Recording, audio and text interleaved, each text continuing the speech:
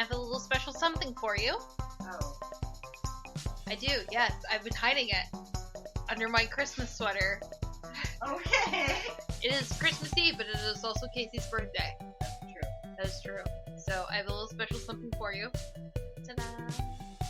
Ah! There is no friend as loyal as a book. They're socks with a Hemingway quote on them. I love those. Ta-da! Happy birthday. Those are very cute. Thank you. You're welcome. Birthday episode!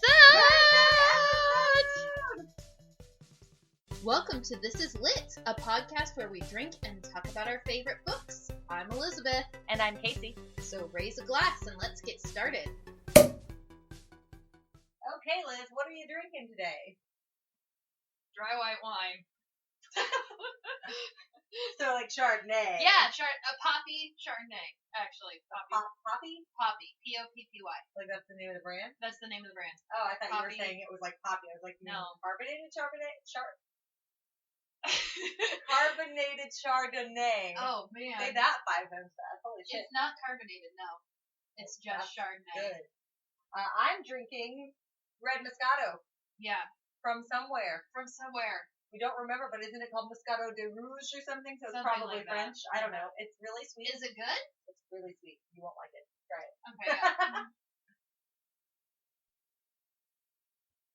Oh, that's disgusting. Oh, wow. Okay, yeah. The reason I grabbed it is because someone at the winery came in and was like, I like red Moscato. I'm like, such a thing does not exist. And then I found it and I'm like, well, shit.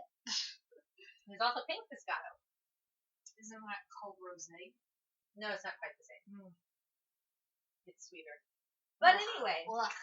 today is my birthday. Happy birthday! Hey. And we are reading, as we did with Liz's birthday. And Merry Christmas! Yeah. As with Liz's birthday, we are reading Favorite. And this one, on my case, actually was not an old favorite that I've known for a long time. It is a new favorite because it is a book by an author that I really like. Really more of a novella. An author I liked, and it is a prequel to a trilogy of hers, which I had already read the first 2 books of. So I knew the general storyline, but this is the prequel that I had never read before. It is called The Boy in the Smoke.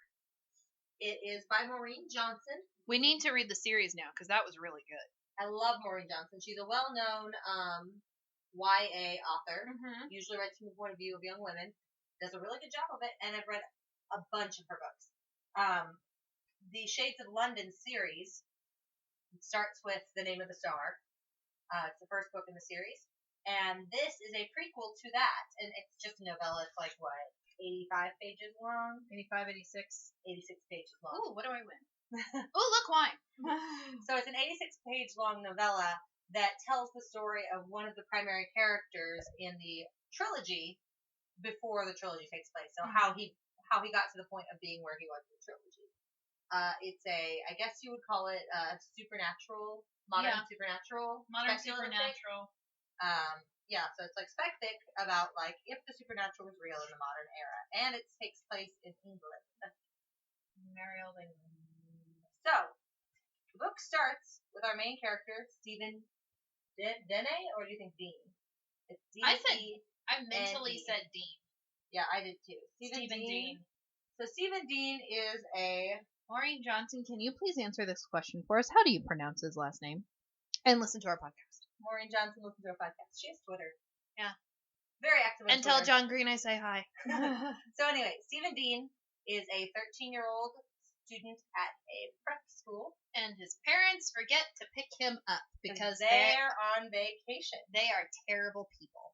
His terrible parents are on a terrible vacation at a terrible spa, and Stephen is left before the winter holidays, which is actually part of what made me think this would be good, because it's set right before the winter holidays. It starts right before the winter holidays. Stephen is left sitting on the steps outside of his prep school, waiting for his parents to show up, and they never do. Yep, they forgot him. So he calls his sister, and she's clearly upset, but she's only like 16, so there's not much she can do in the way of helping. And he is eventually picked up by their housekeeper. Yes. Who is that's not really the job of a housekeeper to pick up a child that was forgotten at school, but it's basically to show you the kind of people that Stephen's parents are. Yeah, but the thing that really reveals a lot about Stephen's kind of character early on in the novel is that the housekeeper does not speak English. She speaks Portuguese. She speaks Portuguese, and so he has been in his limited free time trying to learn Portuguese so he can communicate with her. Yeah. And I'm like, what a sweet boy. Yeah, he's trying to speak to her in Portuguese while they are. Well, she is Polish. Excuse me, Polish. Polish. Get her with a P. Yeah, so she speaks Polish. She's been learning Polish so they can try to speak to the housekeeper. So right away, you're presented with Stephen as the child of a very wealthy English family, but someone who is not typical to that kind of household. He seems to have a lot of consideration for others, including people who would be like the help, as according to his parents, are people that he respects and tries to talk to like they're his equals, because even though he's grown up in a very classist system, he doesn't seem to be interested in continuing in that vein himself. Yeah. So that's a really quick. The nice thing about this that I really like I said, it was 85 pages long. Yeah. Is that when you only have 85 pages, and I was told before I read this, because I checked into it, I was like, do you have to have read I know it's a prequel, but do you have to have read the original trilogy first to understand it? Because sometimes prequels that are written after the fact are a little hard to pick up on. I understood it. But the thing that Maureen Johnson does really well here is that she introduces this character and uses a couple of quick shortcuts to show you what kind of person he is. Yeah. And that way you don't have to spend a bunch of time on exposition before you can just jump right into the story. Yeah. She does the same thing with his sister, Gina. Yes. Regina. Who is 16 years old and who shows up at the family mansion shortly after Stephen arrives home with the housekeeper, Paulina. Yes, and he is concerned because it means she skipped out on her exams, and this will be the third school she's been kicked out of. But Gina's not concerned because Gina is a wild child. Yes, she truly loves her brother. She adores her brother, and that's why she skipped out on her exams, so that whenever she's like, I'm not letting you come home to an empty house. He didn't come home to an empty house. So Gina immediately decides that they're going to use her credit card that her parents have given her to go on a trip for Stephen because she's upset at how they've treated him. And so they go to London. Yes, and he says this was one of the greatest weekends of his life. They go to London. They stay at the flat that their parents own in London. They go shopping. They go to some exams. They just run around. Books. And they have a great time together. Yeah. And then they get a call that their parents are coming to London to pick them up because their parents arrived back home. Yes. And they weren't there. And now they're very angry at Gina for bringing Stephen to the city. Which, never mind the fact that they're angry at Gina for bringing their son to another one of their flats where they live, even though they completely forgot about their own freaking son. Right.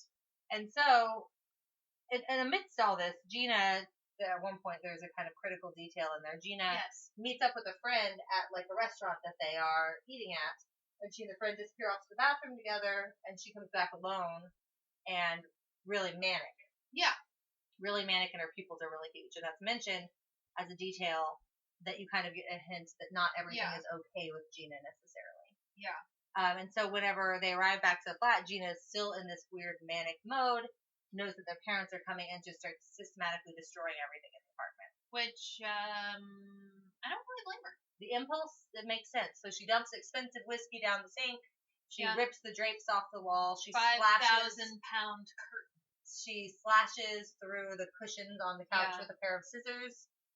Basically just tears the place to pieces, and then she goes upstairs and passes out in bed.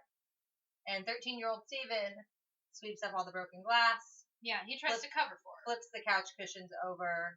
Tries to make the place as back in shape as he can before his parents arrive. Yeah. And then when his parents arrive, that's when things get really ugly. Because Gina points out that they've, basically abandoned this kid. And if they've abandoned Stephen, you can only imagine what they did to Regina before Stephen even came along. Mm-hmm. Stephen's parents are like quintessential, like they're an archetype. I can't think of the exact archetype, but it's very shitty parents is the archetype. Well, yeah, but they're like a specifically like high class people who care more about their image than I think of Yes. like Mr. Banks in Mary Poppins. Yes, The definitely. difference is that Mr. Banks like learns from his mistakes and becomes a better father to his children. Mhm. That's part of his character growth. Stephen's parents don't get any such character growth. They continue to want to look good in the press and want to have their lavish parties and spa days Yes. without having to deal with the fact that they have a 13-year-old son and a 16-year-old daughter to They're look after. parents without wanting to deal with the fact that they have children. Yes. So Gina basically calls them out on all of this, and They cut her off. they cut her off, they kick her out, and they tell her not to come home. And, well, they tell her, we don't really care if you come home or not. We're not Yeah. giving you any money more. We're not helping you get into any more schools. If you want to come back to our house, fine, but we would rather you didn't. Yeah. And so, predictably, as anyone with that kind of personality as Gina is handed an ultimatum, she doesn't come home. No. And she spends the next 2 years Yeah. partying and carrying on with all of her friends. With her friends, yeah. And Stephen Goes to Eton. Which is a very fancy, posh Yeah, boys' all prep school boys school. in England. Because that's what his parents want him to do. His That's sister what's had expected. and his sister had never wanted him to because she thinks that the people that come out of Eton are self-absorbed, money-obsessed. Well, most of them are bankers, politicians, and the occasional movie star. Yeah, they said that the only good people that ever come out of Eton are the occasional actors. Which, it even says that at one point it's like he gets into Oxford with a major in, like, English literature, and the dad's like, well, the dad, like, loses his shit, and it's like, well, you can still go into banking with that degree. Yeah. So he gets into school, but his like he does a bunch of these like little like rebellions instead of being like Gina, who's a party girl who just never comes home and like stops speaking to her parents altogether. Stephen has these little rebellions, like chooses English literature instead of finance or accounting, and he chooses, he just basically tries to maintain his sense of self while going through this really rigorous preparatory school. Yeah, he still keeps up with his cop shows that he loves because he's always secretly wanted to be a police officer. And so, it seems like everything's going to go as his parents planned, that he's going to graduate and become a banker until Gina dies of an overdose.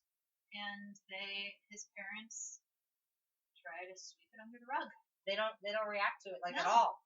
He gets pulled into like the dean's office and told that his sister had fallen between a bed and the wall, and they didn't find her until 18 hours later.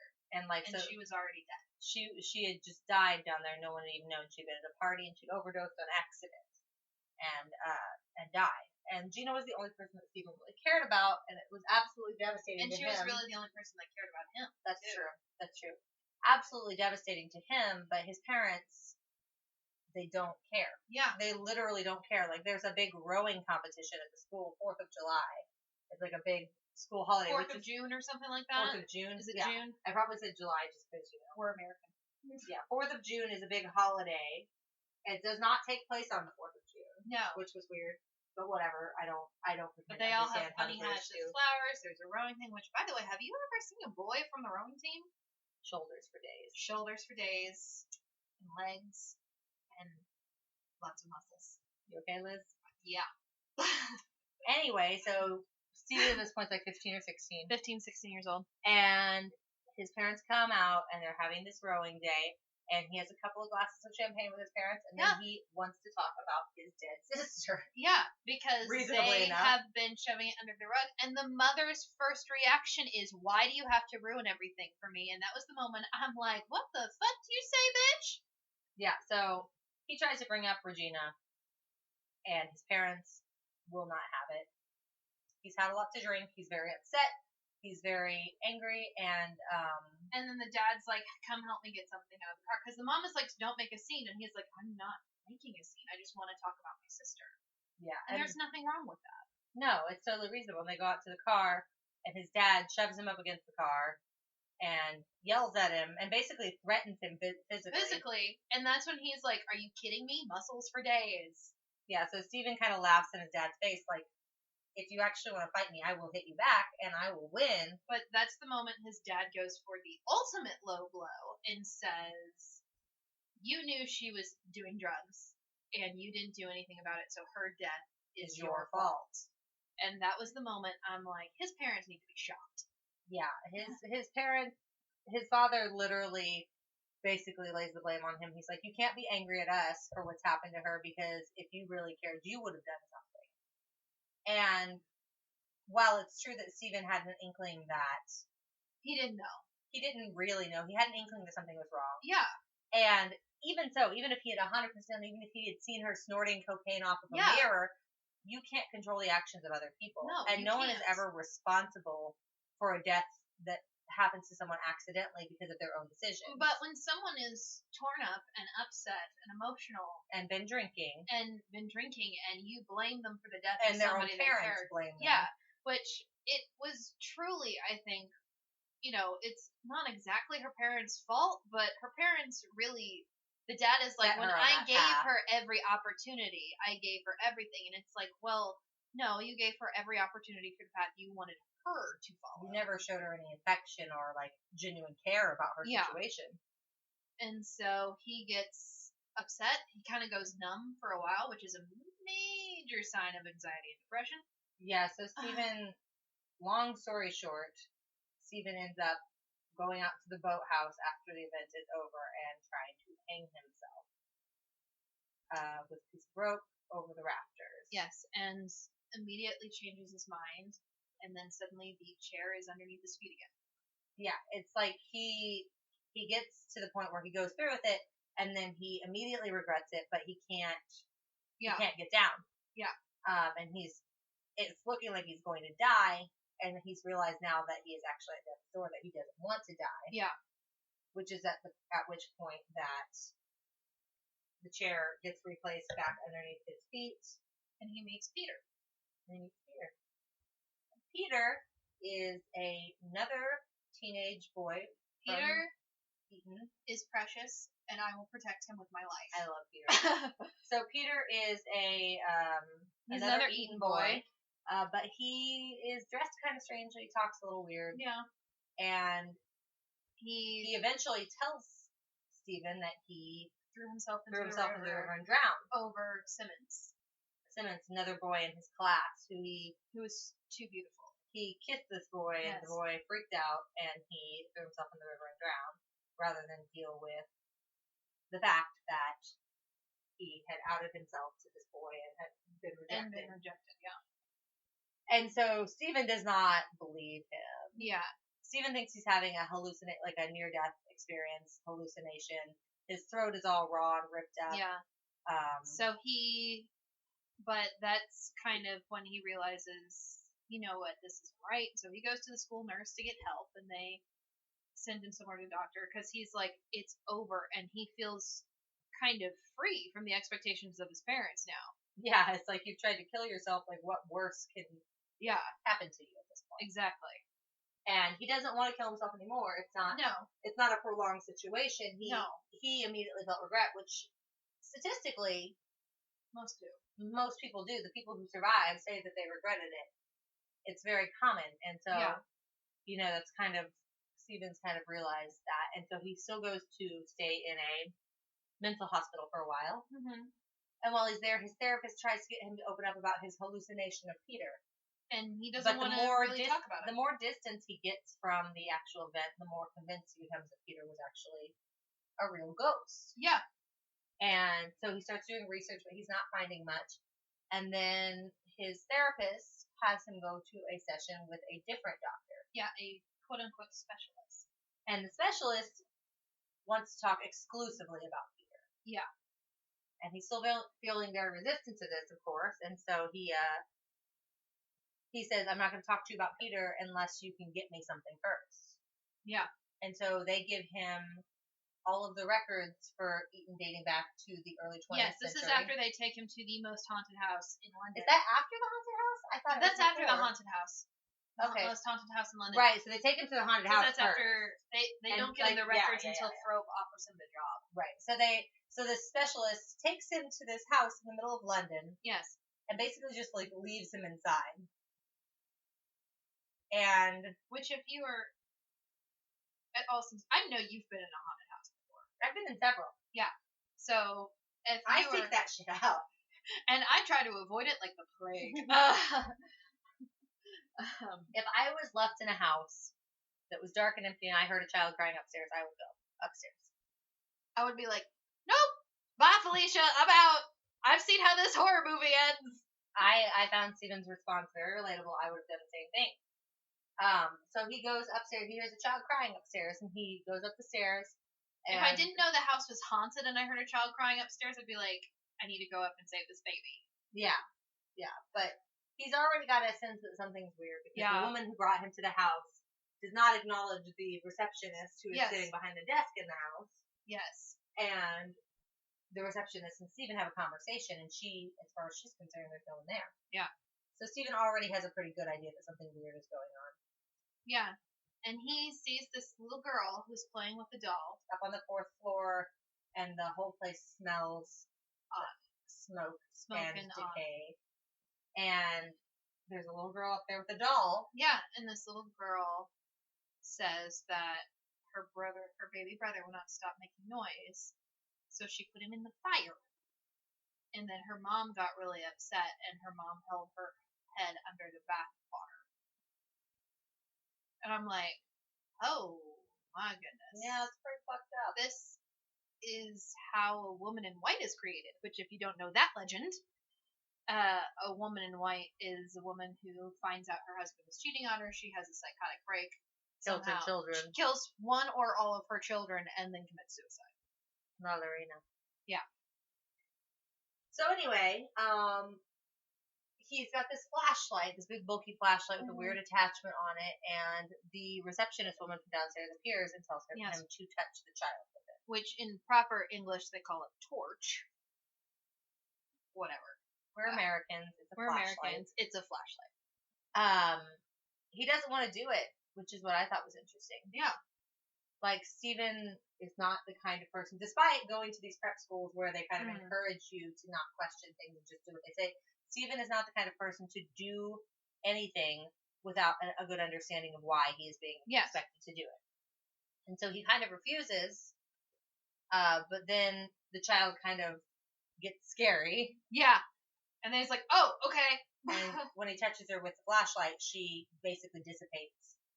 And the entire, like, hostile aura of the floor, the 4th floor, disappears. Yeah. And then he goes back downstairs, and the woman who brought him there, the specialist, is waiting for him in the lobby. And she's like, I'm going to take you back to the hospital now.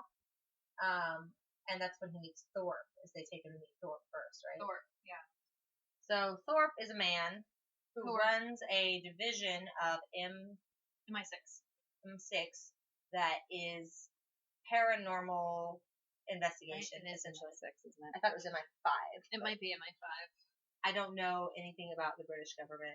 They have a queen and a parliament and funny hats that they wear to weddings. Yeah, what Kate is with Middleton the hat thing? And Meghan Mullally are British princesses now. Yes, princesses. Something. I don't know. I know nothing about the British government. Kate is a duchess. Sure, okay, whatever. Harry and William. Yeah. Princess Diana. That's, I really don't. Well done. James Bond was in M6. Yeah, that's what I thought the organization was. I think it's M5. Is it MI5? M5 is the name of the special effects studio for Mythbusters. Is it? Yes. Cool. Anyway, Stephen is offered a job with basically the British Ghostbusters. Woo! They're a lot more professional than the Ghostbusters, but they're a government organization. Basically, London is a really, really haunted city because it's super old and it's been there forever. And so they got a lot of ghosts, and sometimes the Romans called it Londinium. Yeah, sometimes it causes problems on the underground or, around town. Or everywhere else. So the job of these M5 paranormal investigators is to send the spirits on to the afterlife. Yes. Whatever that may entail. They don't know that. No. They just know that using they said that it was a big it was a branch that was disbanded, but it's been about 20 years, and so they feel like they need to bring it back.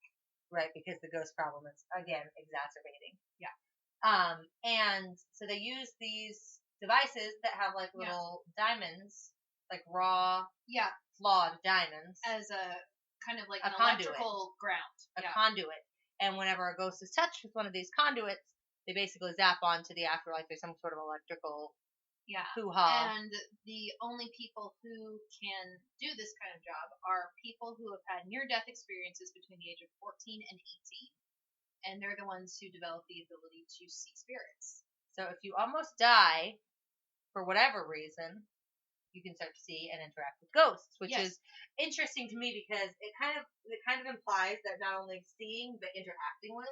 Yes. Like it kind of implies that Peter would not have been able to move a chair. Yeah. If the person he was moving the chair for was alive.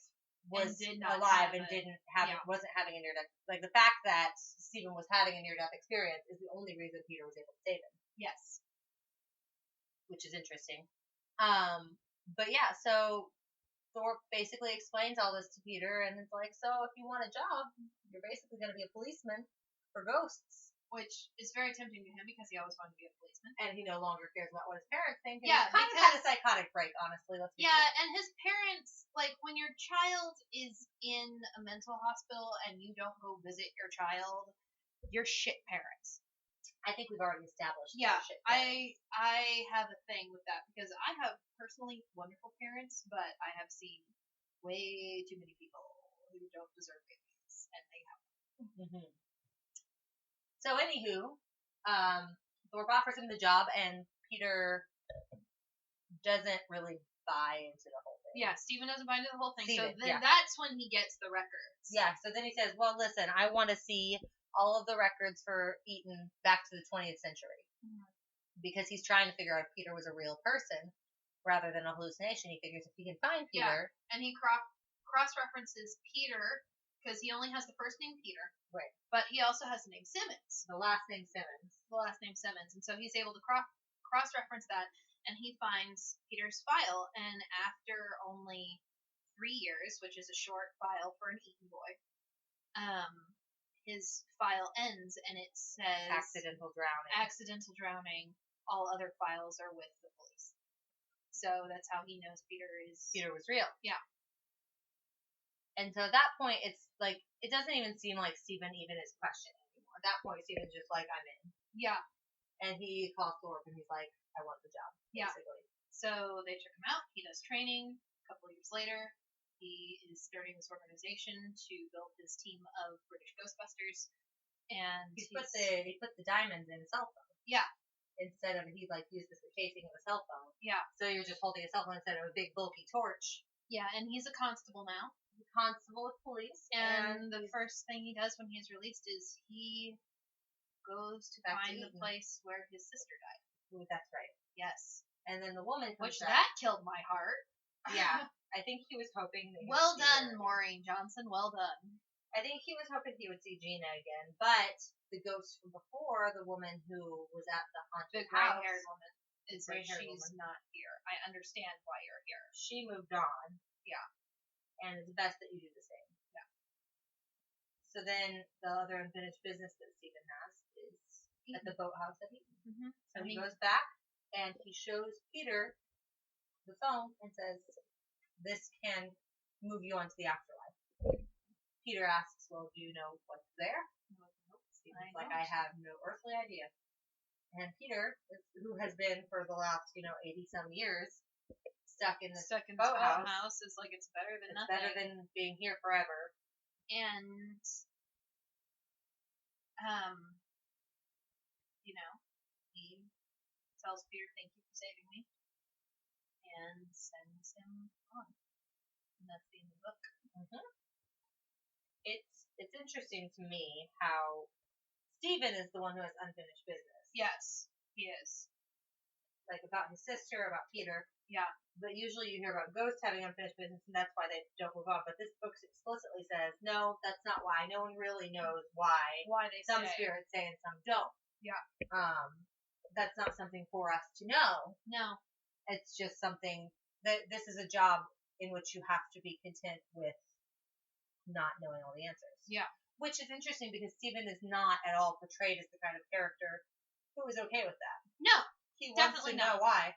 Which makes this interesting as a prequel, I think, because knowing that there are 3 more books after this makes you know that See, Stephen... I knew there was some kind of book or series that came after this, but I didn't know it was like a 3-book series, and now I'm like, Casey, we need to read the rest of them. Well, I'm not going to spoil anything for you. I've only read the first 2. And after the second one came out, it ends on a horrific cliffhanger. Lovely. And it took and Maureen Johnson has like multiple series going at any given time. Yeah. And so it took her, oh God, I don't even know. Let me look it up. I know the Percy Jackson series is notorious for having terrible cliffhangers.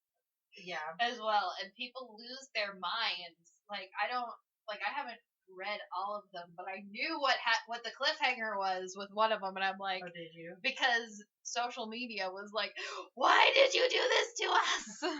Okay, so the Shades of London book series starts with The Name of the Star, which came out in 2011, which I bought brand new, so I bought it off the shelf.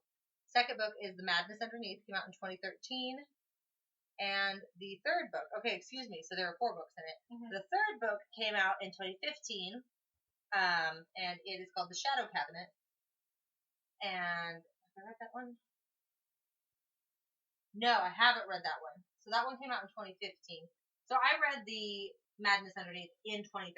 Like it was brand new. And so you had to wait 2 years for I haven't read it. I haven't read The Shadow Cabinet yet. Well, guess what series we should read on this show? Well, let me tell you something about the first one.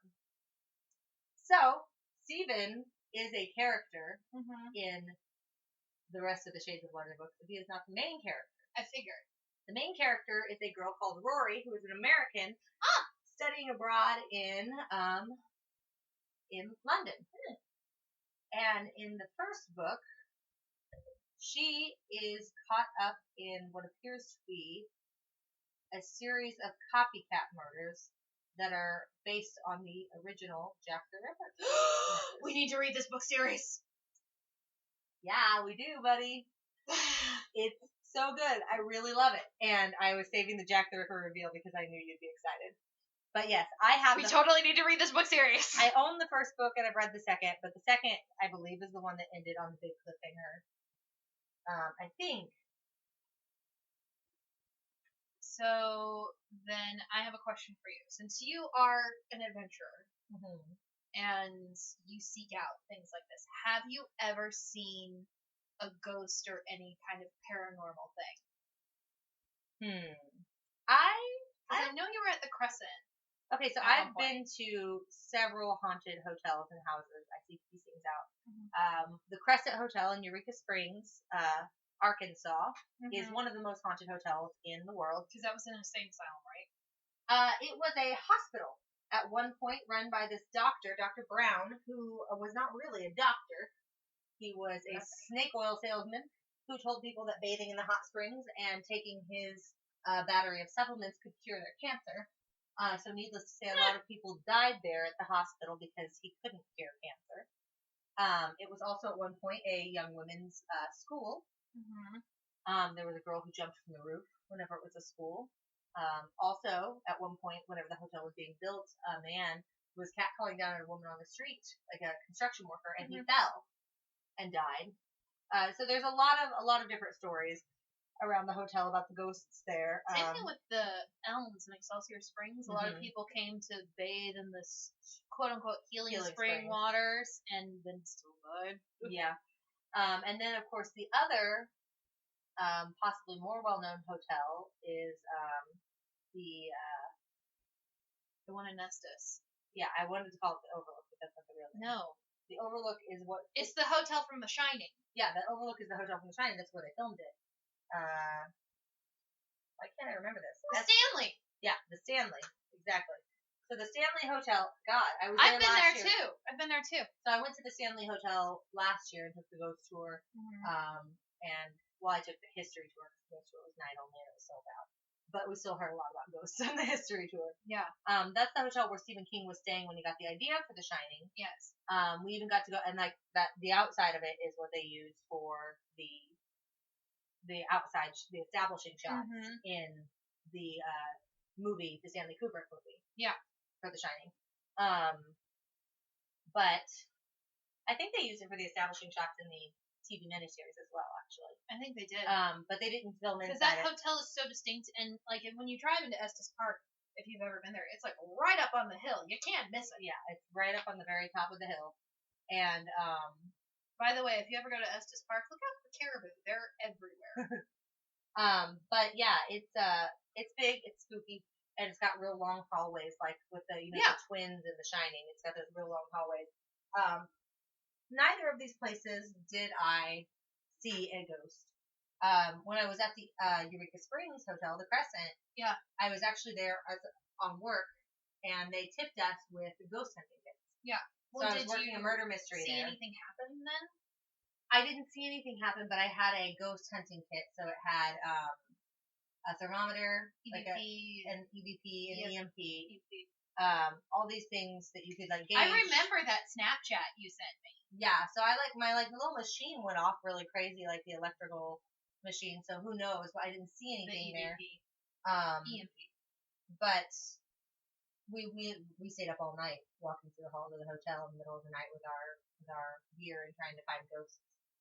So it was really fun, but I didn't see anything there, and I didn't see anything at Crescent. Mm-hmm. But when I was younger, there was a church down the street from my house that had been there since the early 1800s. Mm-hmm. And one of my best friends in the neighborhood was the son of the pastor of that church. And he had a key. And one afternoon we went in there, and there was one hallway down the back of it that had windows all along it. And so the sun shone in, and so usually that hallway was really hot. Yeah. And that particular afternoon it was like a very cold hallway and like really dark, even though the sun was shining. And we were playing hide and seek in the church until I was by myself, and they were in other parts of the church.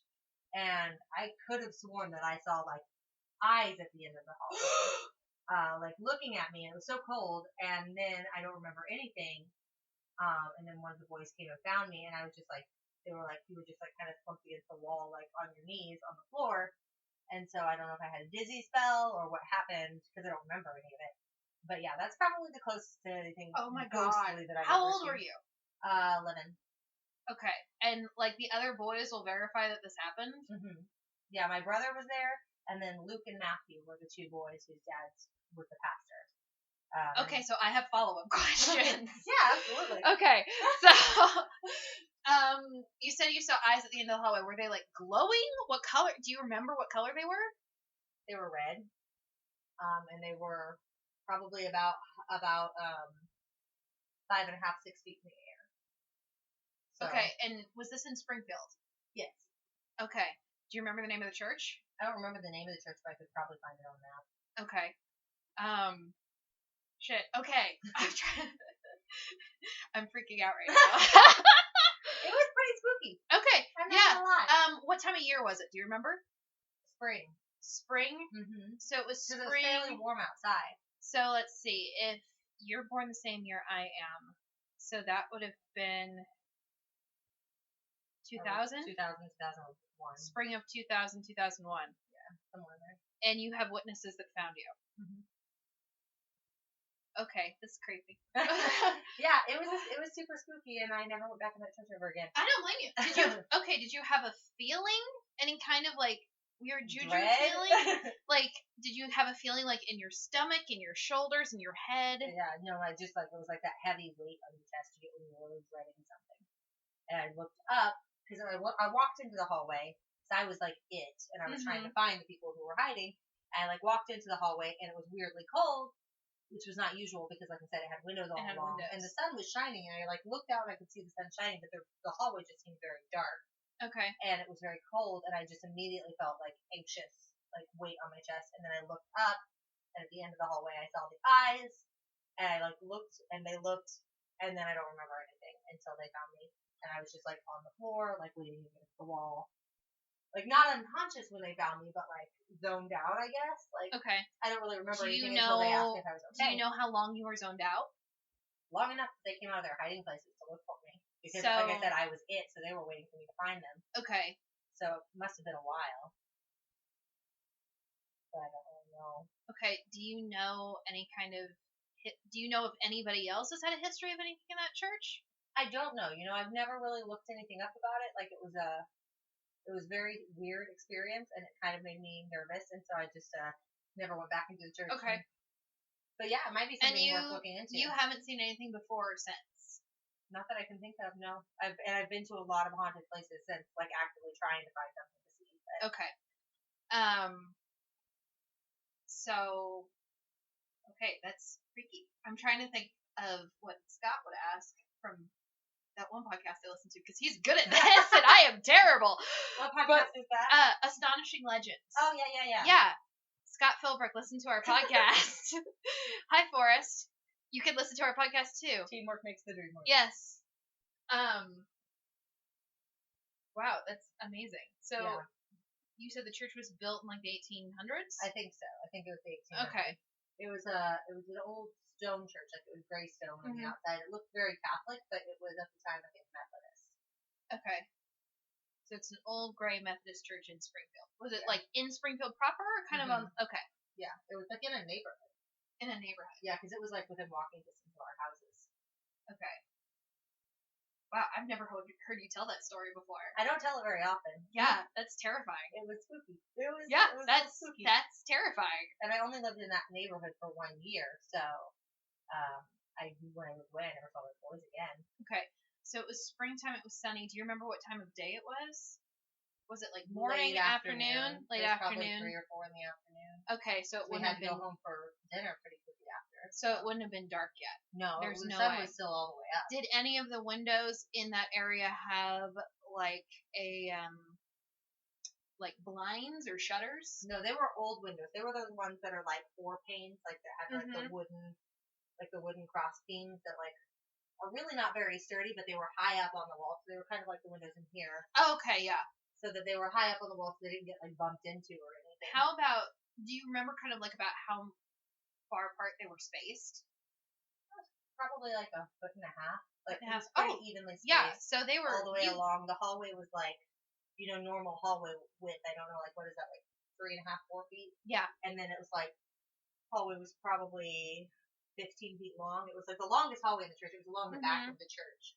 What was the hallway from and to? Do you remember? It was along the back of the church, so it was like behind where the stage was. So if you came off, instead of like going out into the audience and then out like the back doors to the like entrance of the church, if you were on the stage and like you went back, behind the baptismal and like into like the staging areas on stage left and stage right, there was a door and then some stairs that came down into the hallway, and it just like went, and so you could like use that hallway to cross from one side of the stage to another if you needed to. Okay, so there shouldn't have been anything at the end of the hallway, like a light or an emergency light or a smoke detector. No, there was an exit sign, like a red exit sign, but I could see that at the same time as I could see. So you saw eyes below the exit sign. Yeah, the eyes were like normal human height, eye level, and they were. Were they just like red eyeball shaped, or were they like red and round? No, they were red, like they were like olive, like or almond, almond shaped. Yeah. Okay. And was it dark at the end of the hallway? Like, was the whole hallway just black? The hallway was just like dreary. Like I could still see. It was like, I don't know how to describe it. It was like it was gray. It was like it was grayed out. Like I could see that the sunlight was hitting the windows, but it wasn't permeating all the way. So it was just kind of gray. And then right at the end of the hallway, it was just pitch black. Like maybe the last 2 or 3 feet before the exit door. Okay, so could you see any kind of silhouette or anything like that? No, just the eyes. And like the sign was above, like I said, because the hallway was black, so I could see the sign glowing, and then below it I could see the eyes glowing. Okay, and you just said you had an overwhelming sense of dread and cold? Yeah, it was really cold in the hallway, that hallway was like a greenhouse usually. It like just trapped the heat because of how many windows were on the wall. And so you had been into that hallway a couple of times before? Yeah, we played in that church all the time before that. I never went back in after, but before that we had played in the church. I don't know, I can't tell you because it's so many years ago if I had ever been in that hallway alone before, but I had definitely been in that hallway before. Okay, did you ever get that feeling anywhere else in the church, in the building, or just that hallway? I don't even really remember the layout of the rest of the church at this point. But this is obviously a very clear and distinct memory. Yeah.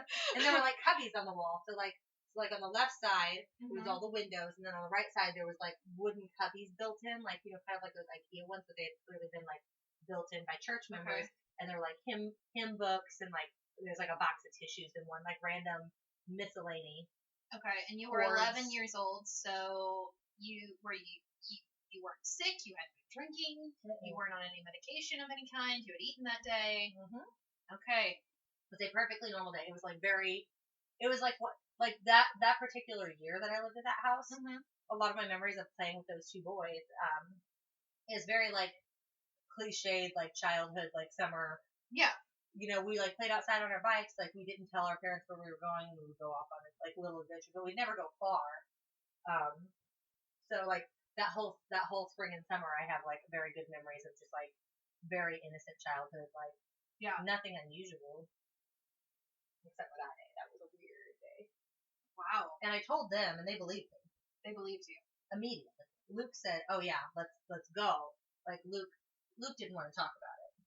I don't know if Luke had ever seen anything before, but Luke didn't want to talk about it. He was like, "Let's just leave." And we left the church and we walked in and went back. Okay, so do you think you may have seen something and you didn't want to talk about it? I mean, you know, the fact that he was so recalcitrant makes me think maybe he had. But we also, Luke and I were the same age. We were both 11. And then our brothers, Matthew and Robin, were the same age. So they would have been about 8. Okay. And so we had this very, like, strong sense of, like, older sibling. Like, don't, you know, like, don't one point, Luke was like, don't freak out my brother. Like, you know, so. So, you had Robin with you. Mm-hmm. So this appeared to the older sibling.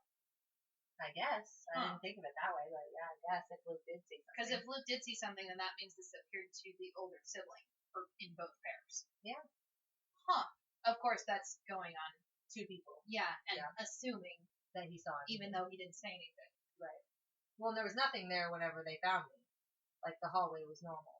Like, it wasn't dark at the end of the hallway anymore. And like. So you noticed a visible difference between previous visits and after it was over. Yeah, it was normal, like, temperature again. How did you feel after you woke up?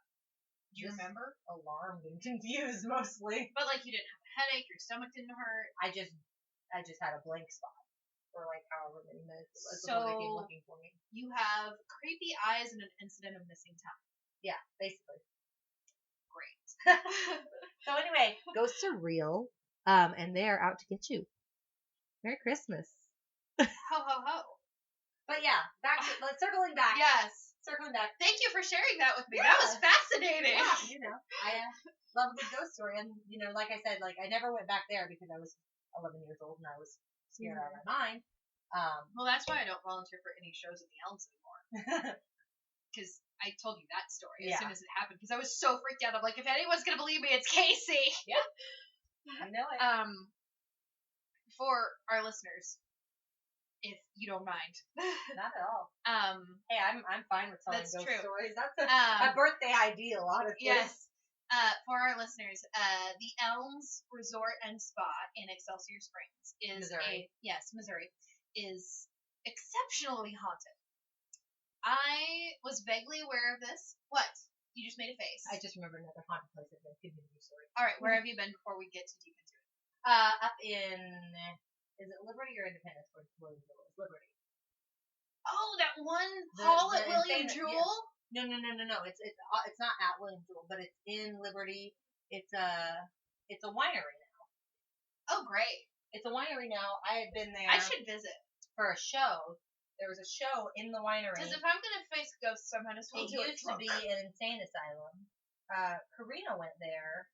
Did Karina see anything? Karina went there when I don't think so.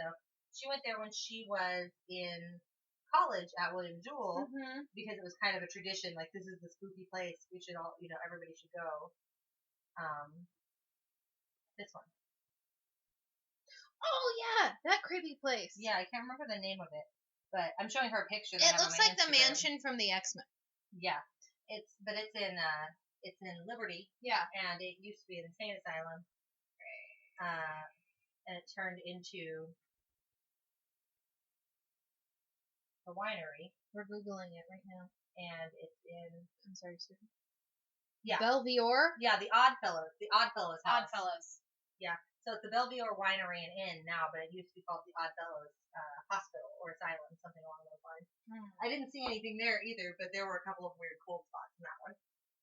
So you felt cold spots?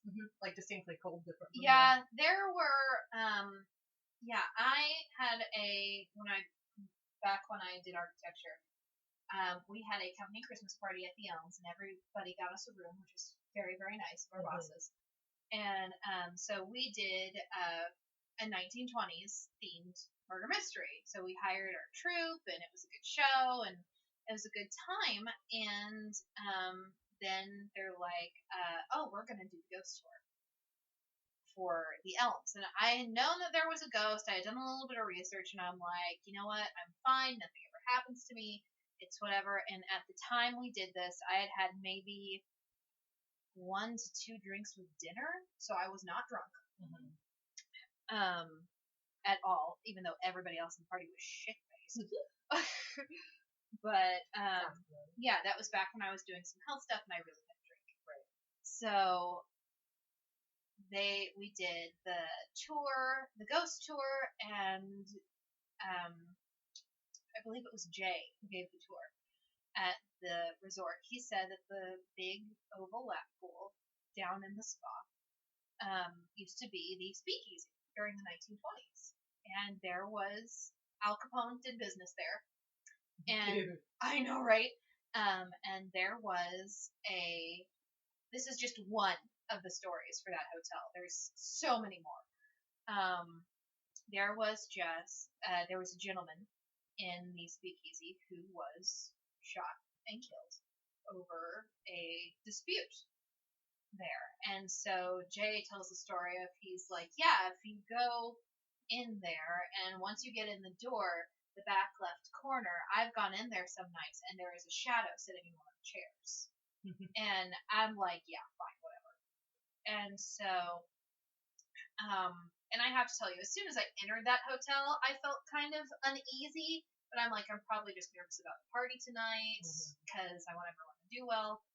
And then we go, my company, which there were like 30 of us, spouses included, were like, let's go down and look at the speakeasy and see if we can find a ghost and stuff. And we went down there, and it was like, you have to go behind the gold ballroom, and then there's a split hallway. One goes to rooms, one goes down to the health spa.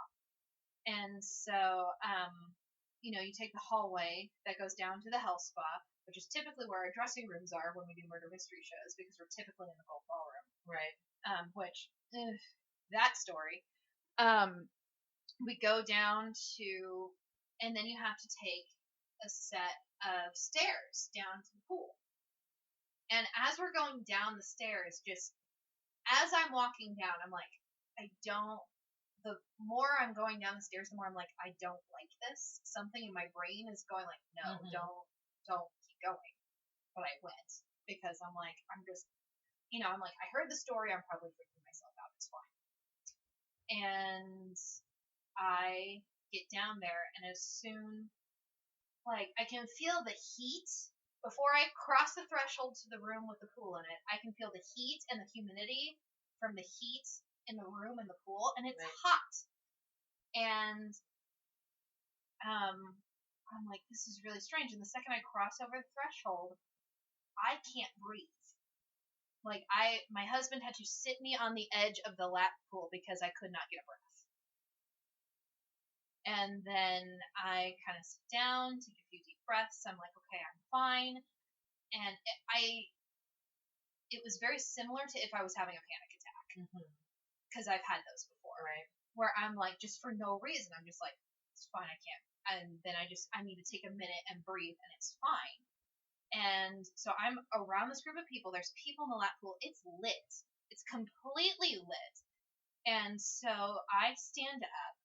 I have my back to that one specific corner in the room, and I take a few deep breaths, and I'm fine. And I go over to my husband, and I put my arm around his arm, and he's like, "Are you okay?" I'm like, "Yes, I'm feeling much better." And then as soon as I say that, it's like someone took an ice cube and ran it down my back, and it went through my dress onto my skin, and it just went from the nape of my neck down to the small of my back. And it was just it felt like 2 fingers very lightly stroking down my back. And as soon as that happened, I'm like, the next thing I know, I'm up the stairs and in the hallway, I'm crying. So I'm like, I don't know what that was, but I don't want to go back down there. Fair. So yeah, different people have different responses to, and different people don't necessarily believe in ghosts. I believe it's called a personal experience. Something along those lines. Yeah, but it's like I was literally holding on to my husband when that happened, and nobody else felt anything. It was just me. Right. And then I find out, like, when I get back that, like, one of the interns came back from that hotel, and we're like, dude, what happened to your neck? And he had 3 scratches all along his neck. Oh. So I'm like, what room are you in? That's spooky. Yeah. Yeah, so, I have always sought out ghost stuff. I try to avoid it as much as possible. But I definitely understand the impulse.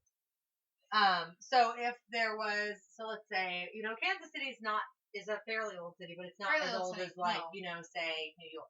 New York would have a lot of New York ghosts. would probably be it's not as old as London, but it would be the closest equivalent in America, because America's a very young country. Yeah, probably. Yeah, I mean, excluding, like, places that have Native American, history and things out west. Cities, New York would be probably the most haunted city based on the fact that it's the oldest. Well, and we're in Kansas City. We're not that far from Stoll, Kansas. That's either, true. Which has its own lore as well. The Hellmouth, right? Yeah, the Hellmouth. And Atchison is supposedly one of the most haunted cities in the country. Yeah. But in terms of haunted we're and not old, New York is probably the oldest and most haunted city in the country. Yeah, definitely. So if America had a government-funded ghost busting team, would you join it? If I knew what I was seeing was real, kind of like Steven, I'd be like, I really don't know. Because I really don't know, because my gut instinct would just be like, yes, I would join it. But then the line that Sam Winchester says in Supernatural comes to my head. It's like, once you get into this life, there is no getting out, ever. You don't get out, your children don't get out, your grandchildren don't get out. God, you have to read the whole series. Oh my God. So I'm so upset. But that's kind of my mentality. It's like, if I joined that kind of organization, I would tell nobody, because I do not want them involved. I'd do it. Yeah. I'd do it in a heartbeat. I know you would. Like, honestly, there are not enough interesting jobs in the world, and I get very bored very easily. Ghost hunting is right up my alley. Yeah, if I knew what I was doing was real and it was consistent, I probably would do it, but I would not tell my family what my actual job is. I'm a police officer. Yes, exactly. Well, I can just be like, I work for the FBI, I can't tell you what I do. They have, within, and you'll see that when we read, which I think maybe we should put it on our list for February. Yeah. When we read the series, you'll see that they have people who have different jobs. Like, not everybody in the organization is a police officer. Some of them are, in tech, and some of them are in, like, this or that. I call research. No, what makes sense for you would be architecture. Oh, yeah. Because you go into, like, put in a new HVAC system in an old house, and there's ghosts. Yeah, that actually makes a lot of sense. Mm-hmm. Yeah. I'm a genius. I should start my own ghost busting agency. I will say I've been back to the Elms since that incident happened for murder mystery shows. Right. And I think I've been back 3 times. And I've had something happen each time I've gone back. And so now I'm like, I just don't go anywhere near there. And then I performed a wedding at a theater venue like less than a block away, and I had something happen there too. So I'm like, I'm just not going back to Excelsior Springs. I'm just going to avoid it at all costs. All right. So, how many bottles would you give Going to Smoke? Considering it is really good. 86-page novella. I really liked it. I mean, like, the level I liked it is not indicative of life. No. I'd probably give it at least a 3.5. I'd give it 4 bottles. Yeah. Oh, wow. That's the highest rating we've ever had from you. Listen, I absolutely love Maureen Johnson. She's one of my favorite authors. Yeah. She's got another series with ghosts that I love, where this girl has, I gotta remember because it's been so long since I read, but this girl has, like, this Spanish ghost that lives in her house that she moves into with her family, and they fall in love. Aww. It's good shit. I love Maureen Johnson. I love YA novels. Since it is my birthday, yes, it is time for me to go on a sanctimonious rant. We're using 10 wine glasses tonight. And they're iridescent and rainbow. They're gay. So, my brief rant, I know we're over on time, but I have to go on this brief rant. It's a birthday episode. Who cares? It's my birthday. I can do what I want to. Exactly. So, as I was saying, Maureen Johnson is one of my favorite authors. I love her work. I think she's great. What drives me nuts as a reader is like elitism in literature. Like, obviously, there's a more traditional, like, oh, well, I've read The Great Gatsby and Charles Dickens and blah blah blah blah, and that makes me a better reader than you. You've already read? I've read books by all these old dead white guys, which makes me a better reader than you. Like, that's obnoxious. Don't forget the old dead white women too. Yeah, that's true. But what drives me more nuts than that is people who like police what other people read based on their age. Because Maureen Johnson is technically a YA author, a young adult author. But I have never seen emotion and difficult subjects covered in such depth and breadth as I do in YA. Because kids, like young adults, teenagers, are constantly figuring out things about themselves, their emotions, who they are as people. And so those novels necessarily focus really intensely on like the introspection of their characters and like their growth. Yeah. In a way that not necessarily adult novels don't necessarily do. My mom's favorite series of books is by Robert B. Parker. Very prolific mystery writer. Yeah. Died recently, a couple years ago. Has all these books about this hard-boiled detective named Jesse Stone who goes out and solves murders and stuff. They're good. I like them. But they don't move me in the way that so many YA novels do, young adult novels. I will read anything.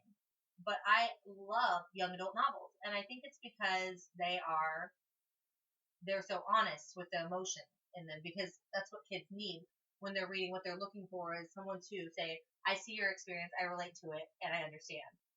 And so you get this level of like emotion and honesty from a young adult novel that you might not see in a regular novel for adults. And yet, constantly, without fail, I see people deriding adults for reading young adult novels. Like, oh, you're almost 30 years old and you're reading a young adult novel about a girl who falls in love with a ghost that like is haunting her bedroom. I'm like, yeah, I am, and it's great, and it makes me feel something, and there's nothing wrong with that. Like, listen, I don't care if you want to read 10-cent trashy dime store novellas from the grocery store. Those are my favorite. I don't care if you want to read, dead old white dude's dissertation on why he's the best because he road tripped across America. That sounds boring. First off, On the Road is great. Anyways, I don't care if you want to read, 80s sci-fi paperbacks. Like, I don't care. Just, like, reading is, like, such a fundamental part of our society, and, like, so much of what we do and, like, how we get our entertainment started its basis in reading. Like, we wouldn't have theater, we wouldn't have movies without having stories first. And so, like, I don't care what you read, as long as you're enjoying it. Like, no one should make someone feel less for liking something because it's not to their taste. And it drives me nuts with young adult novels. Time and time again, I hear people deriding adults who are reading novels that are intended for tweens and teens. And I'm like, those tween and teen novels have taught me some of the best lessons I ever needed to hear. When I was a little younger, still an adult, but when I was younger, 23, 24, I went through an entire summer where the only thing I read were lesbian coming-of-age YA novels. And it was great. It was so good. And I learned so much, and it made me think about so many different things. And I will never apologize for reading young adult novels. And if you're the kind of person who makes fun of somebody for reading young adult novels, you really need to reassess your priorities. Yeah, and The Boy in the Smoke did not feel like a young adult novel. It treated Stephen like a grown person who understood the decisions he was making. It talked about things like overdose and suicide in very serious and genuine ways. People really underestimate the intelligence of youth. Yeah, and like, I don't know, I get fed up with it. And so I'd give it a 4. I'd give it 4 bottles. Yeah, one of the best, I love Maureen Johnson, but she is really good friends with John Green, which I don't know if you're my friend that kind of is so-so on him. I've read everything of his, but it's not to my taste. I don't dislike it, but it's not exactly to my taste. But I've read all of them. One of the most emotional novels I have ever read in my life Fault in Our Stars. is The Fault in Our Stars. I read that book with a box of Kleenex next to me because I felt all of that. And a lot of people have gotten something out of that book. And a movie that was made subsequently off of it. And that's what I'm saying. It's like, it was not to my taste.